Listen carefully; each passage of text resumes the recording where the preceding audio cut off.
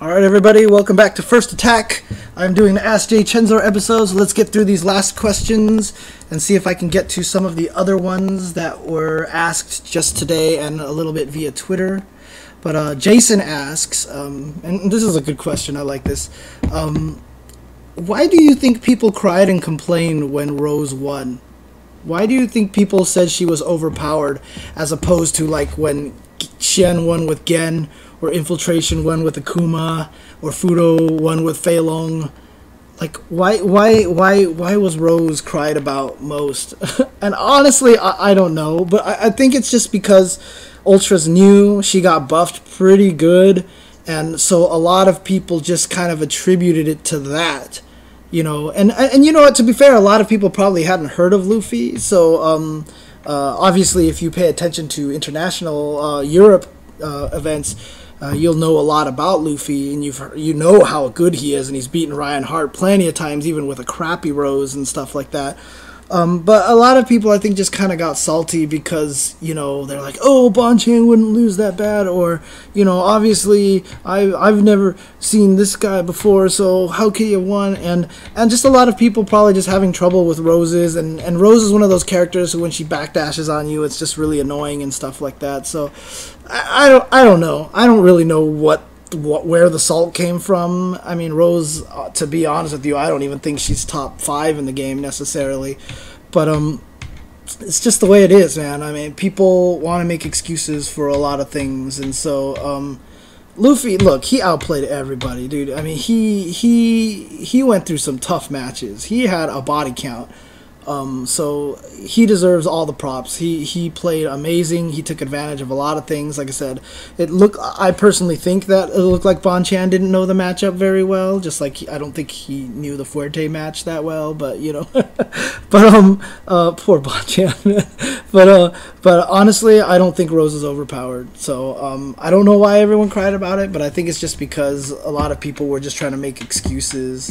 And that's just what it really came down to. So, I mean, because let's face it, Gen in AE was hella cheap. So, you know, I don't know why people didn't complain about a lot of those things. So, back to the strategy knowledge, the strategy ladder. Stuart asks, I talked about stuff like character knowledge, game knowledge, all this stuff like that. He wanted to know where player knowledge falls in the scheme of things. So if you know your opponent's tendencies, for example, Mark Teddy likes to hit low short, you know, those kind of things like that. Where does that fall into place? It's a great question. So I had one-player games, patterns, shenanigans, then the next level is character knowledge, then next matchup knowledge, then game knowledge, and fundamentals. I would put player knowledge probably at the highest level, even above fundamentals, because right now most people, when they play in a big tournament or a major, do not know most of their opponents. So it's one of the last things that gets applied.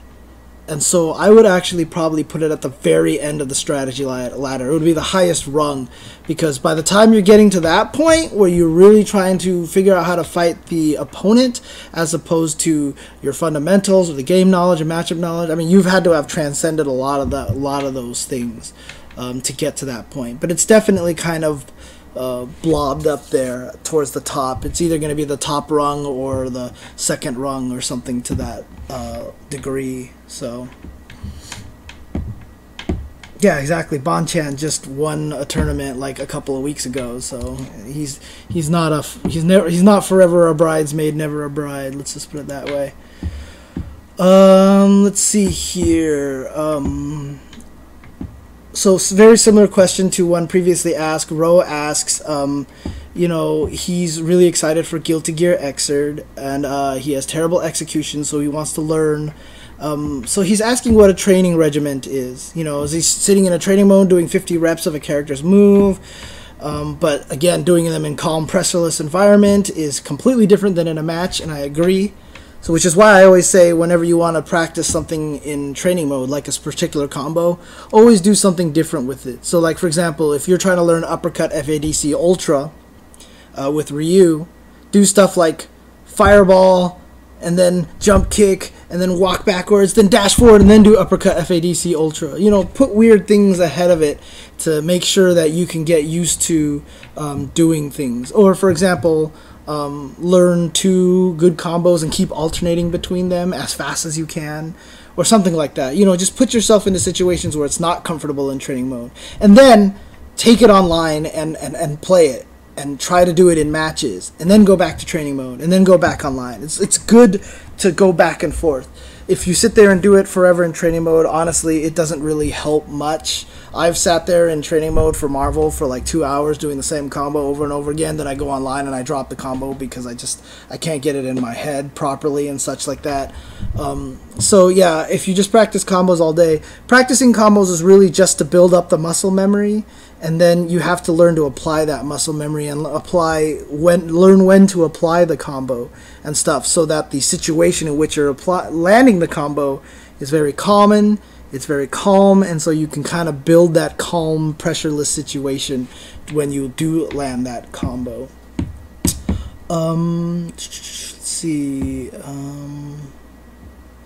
He's not really sure how to. Let's see. He's checked out got some good advice to stick to a limited selection of a character's move list at first and get comfortable with those before adding more to the repertoire. He's not really sure how to practice that. Playing a match with just 3 to 5 moves just seems like I'm handicapping myself more than giving myself training wheels, even against the CPU. So basically, the reason why you do that is you play with a few comfortable moves at first, so you have a basis to go to. You can start there. But once you start playing the match, you'll start learning that there are holes in your game, massive holes in your game.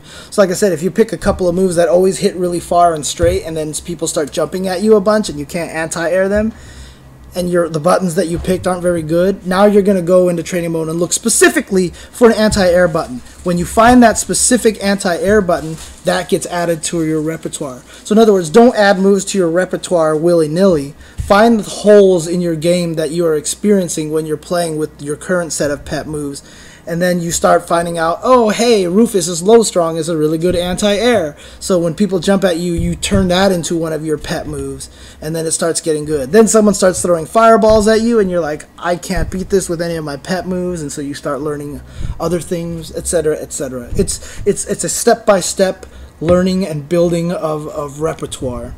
So, and then the last question that he has is, like, does he need to learn an arcade stick? You know, or practice, play whatever you want. Luffy just won on a PlayStation 1 pad. Okay, it wasn't even a DualShock. It wasn't even a PlayStation 3 controller. He literally won on a PlayStation 1 pad with an adapter. So that's what he feels most comfortable with, and that's what he won with. So a lot of people are getting good at hitboxes. A lot of people are good at playing all sorts of things. So play what you're used to. And if it feels like the pad is holding you back, try a joystick. If you're fine on pad, stay on the pad. Not a problem. So, okay. So Robert asks, he's probably settling on a character. His old character was Ken, but he can never seem to get out of the flowchart. 2 of his friends have been suggesting to play completely different characters like Adon or Guile. Which one would be the best for a player who is familiar with the game and its concept but has really bad habits? For example, he jumps too much or he throws out random moves. Guile is a really restrained character, so he's good. You don't jump a lot with Guile. You want to stay charged with him a lot. So out of those 2 characters, Adon or Guile, I would go with Guile because he kind of forces more economy of moves than Ken. Ken, you can get away with a lot of random uppercuts, sometimes mashing jabs or whatever. But Guile, if you're moving around too much, you lose a lot of your special moves, so you're forced to kind of think about that a little bit. So he controls your game a little bit more and gets you to think a little bit very carefully about your movement and economy of moves. So in your particular situation, I think Guile would be a good character to learn. Aaron asks, he's novice, but he's wondering how he should take fighting game notes. He's wondering how he should write down tech and how to organize it. Is it physical or digital notes? Show him some examples.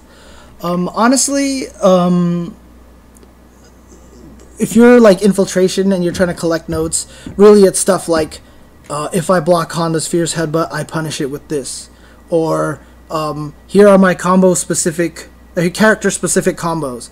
let's see, I know I'm playing a Sagat, so he looks up his character-specific combos, Sagat character-specific combos, and so he knows what combo to do to them as soon as he gets them dizzy, or if he lands a jump in and stuff like that. So he can remember stuff like that. For example, the Kami Sako combo only works on a portion of the cast. I memorized it. I didn't write it down. I just flat out memorized it. But that's annoying to do, right? It's a pain. So especially in a tournament situation, there's sometimes I'll play matches and I'll be like, wait, does it work on this guy or does it not work on this guy? And that may cost me. If I was seriously playing in tournaments, I would have that list on my phone. But if you're a beginner and you're new to the game, you might want to even just mark down things like, here are my anti-air buttons, or here are some good pokes and stuff like that. Or maybe even just mental notes like, you know, keep moving, you know, like don't jump a lot, you know, stuff like that as well. But to be honest with you, when you're beginning the game, taking notes is kind of rough because you don't know what to take notes on, which is essentially what this question is. So I wouldn't worry too much about that, except for maybe very fundamental things like, how do I punish Honda's Fierce Headbutt? How do I punish Blanca Ball? How do I punish Rolento, you know, roll attack? How do I punish Fuerte's Quesadilla Bomb? Those kind of things are probably really good notes to have, so that when you run into those situations, you can always remind yourself on how to punish those. Ooh, bless you. So Karo asks, you know, he basically says that, you know, he wants to apologize for bothering us. You're not bothering us at all. We've asking you to ask us these questions. But he says we've helped him improve a lot, but he says there's a problem that he can't solve in his strategy. He either goes all offensive or all defensive. He finds it hard, you know, when his opponent gets in his face, he just freezes up. And then when he starts attacking, he plays Dudley. He doesn't know how to stop attacking, so he gets hit by mashy uppercuts a lot. So how do you fix this? And again, this is just something that you have to practice. This is just something, and again, a large part of it is from you're only playing a one-player game. You're paying attention to yourself. When you go all offensive, you know what your offensive sequence is, but you're not thinking how the opponent is feeling. The more frustrated an opponent gets, the more likely they're going to mash uppercut. And this is what I always call the desperation uppercut. If you ever watch me commentate, I mention this a lot. And this is the, I am super frustrated, I need to uppercut because I can't figure out what else to do. That is basically what the desperation uppercut is. And you'll see a lot of top players, they bait that out every time and they beat up people for doing it. And it's because they're thinking about how their opponent is feeling. So while you're attacking with your rush down, and this is a little tricky, but while you're rushing down with Dudley and you're kind of autopiloting it, think about your opponent. Like, man, if I was fighting me right now, I would be really annoyed. Okay, I'm getting more annoyed. I think I feel like I would want to mash an uppercut here. So as long as you keep thinking about how your opponent is feeling, that will help you. And then also when you're on the defensive end and you're blocking a lot and people are just kind of poking and poking and you're just blocking and you're like, you're not thinking about how your opponent is trying to attack you. A lot of times that comes from character unfamiliarity. You don't know certain things and they're hoping that you don't know these certain things. Like for example, if Bison does short scissor kick, low short, short scissor kick, he's usually at a range where he can't do another low short and it won't reach. So he can't do short into a scissor kick again. If you don't know that, he can mask it and hide it and do a low strong into scissor kick and get back into a range, or he can do all sorts of things. But if you understand that about the opponent's characters, you know where the holes are to look for. So a lot of times when you're stuck in block strings, it's about researching and figuring out where their holes are. And sometimes that just takes going to training mode and trying to mimic what your opponent's doing. That's one good thing that you can do when you go back and watch your old matches, is seeing what locks you down and try to mimic what they're doing and figure out what the hole is there. So yeah, so basically that's how you bait reversals, is try to put yourself in your opponent's shoes and see when they get frustrated. Now when you fight a good player, they're going to be able to mask it. They'll uppercut very early when it doesn't seem like they're frustrated, or when they are frustrated, they'll know that you think they're frustrated. Like one of the things I do in Under Night all the time, I use Nanasei's uppercut a lot, so a lot of people try to bait it out. And when I read that, when I get that kind of feeling, when I get to that feeling where I'm desperate and I really want to uppercut, what I do instead is I wake up and then just do like crouching B, which hits really far and hits low. So a lot of people, when they bait my uppercut, they walk backwards and then I catch them in the legs when I wake up. But I'm only getting that read because I'm understanding that I'm frustrated and I really want to uppercut. So what I do is I make myself not uppercut, because chances are my opponent is reading my frustration and is ready for my uppercut as well. And so Yeoman asks me here, can you teach me how to commentate matches in real time on streams? He's a Tekken player and he would love to help his country get more interested in Tekken through commentary on streams and tournaments, but he doesn't know where to start. He's never done commentary before. How do I get used to it? Should I practice it myself? I don't know if I'll get any partners. I have a tendency to cut in on people quite a few times. How do I fix that? The cut-in problem, I'm the wrong person to ask, because I cut off David all the time. And I've literally told him to do it back to me when I ramble too. So he will cut me off, and I'm thankful for that. So a lot of times, because like I said, I told him to do that. But in general, watching matches and just commentating in your head helps a lot. I don't go to a lot of Wednesday night fights or runbacks anymore. But even when I watch, I commentate in my head just to keep practicing and such. So when I go back, I can still do that. And, you know, just figuring out how to pick things out to point out and to talk about, and that's really important. And also a lot of the times it just really depends on who you're commentating with. Like at the run back, David wasn't there, so a lot of the commentary I did was very atypical of what I usually do when I'm with David. But in general, practice a lot. Watch matches and do that, and then if you do have a local community that you're trying to build up, you know, ask if they're streaming to do commentary, or if they're not doing streaming, if they're just recording matches locally, you know, practice a lot. Just practice as much as you can, and to become an established commentator, you just have to kind of, you know, in your local scene, try to commentate as much as you can. That's where most people actually get it out, have it happen a lot of times. So. And so that's the last old question that I had. I did get a couple of new questions today. I don't know if I have time to get into them. Let me go through them really. Let me just take a look at them really quick, because I haven't read these questions yet. So Tito asks, he's never played Street Fighter before. He's not really an FGC guy. He really wants to get started, and he feels Ultra Street Fighter 4 is a great way to dive in.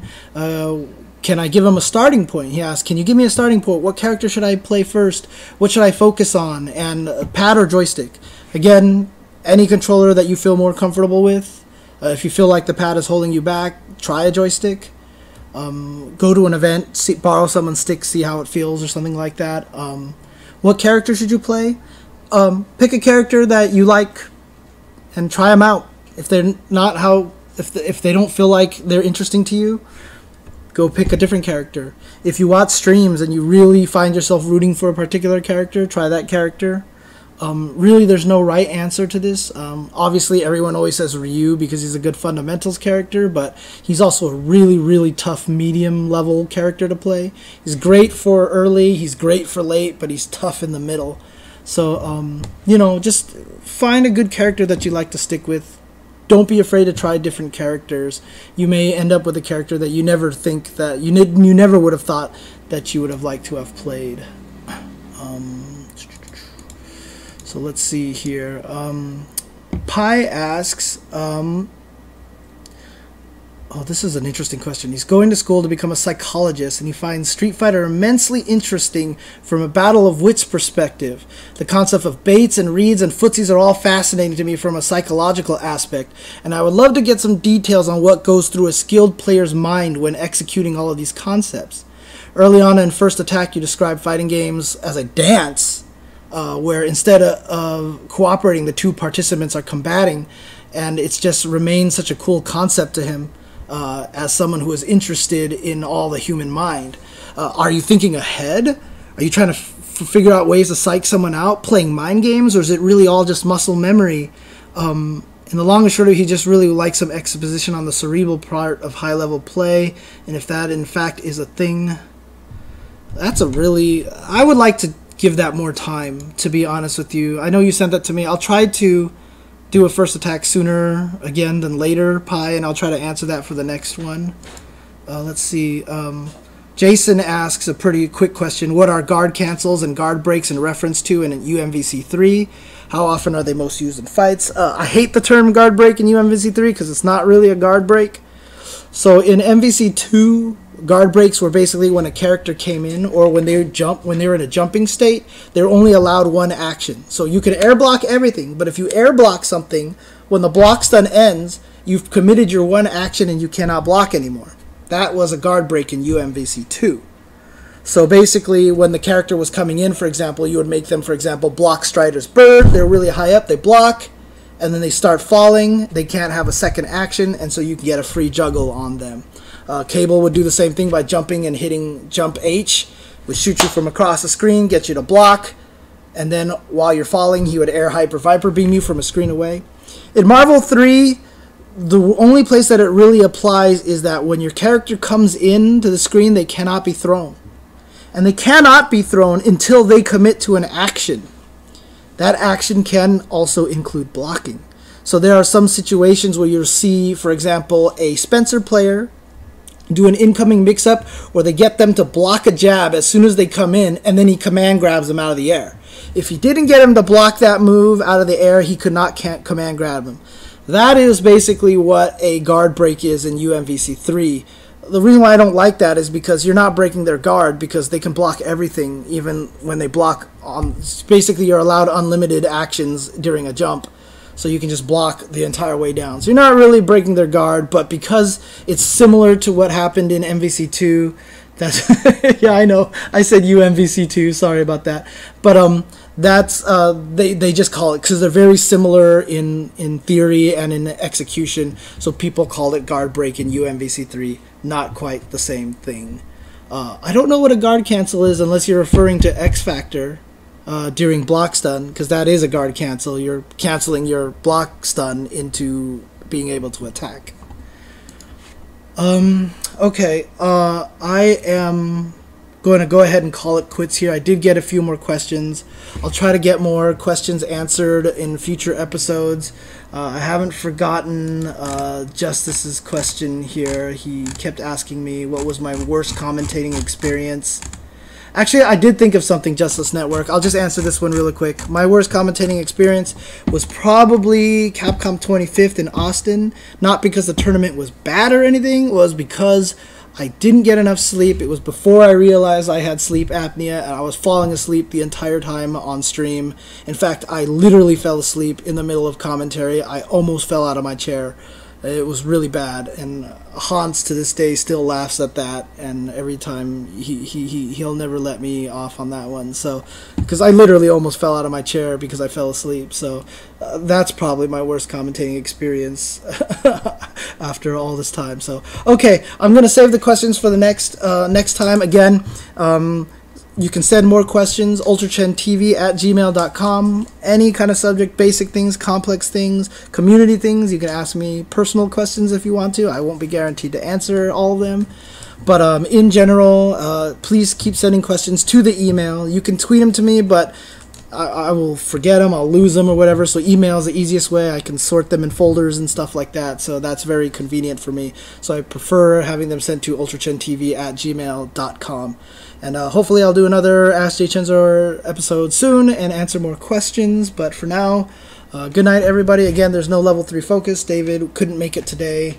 And but we will have Tuesday show tomorrow where we will talk about all sorts of things like Tokyo Game Show, Fuerte, and stuff like Sonic Fox just basically destroying everybody in every game at Guts. For example, Sanford Kelly winning Street Fighter at Guts, and lots of cool things to talk about. So tune in tomorrow, 8:30 Pacific time, for the Tuesday show. And until then, I will see everybody later. Peace out.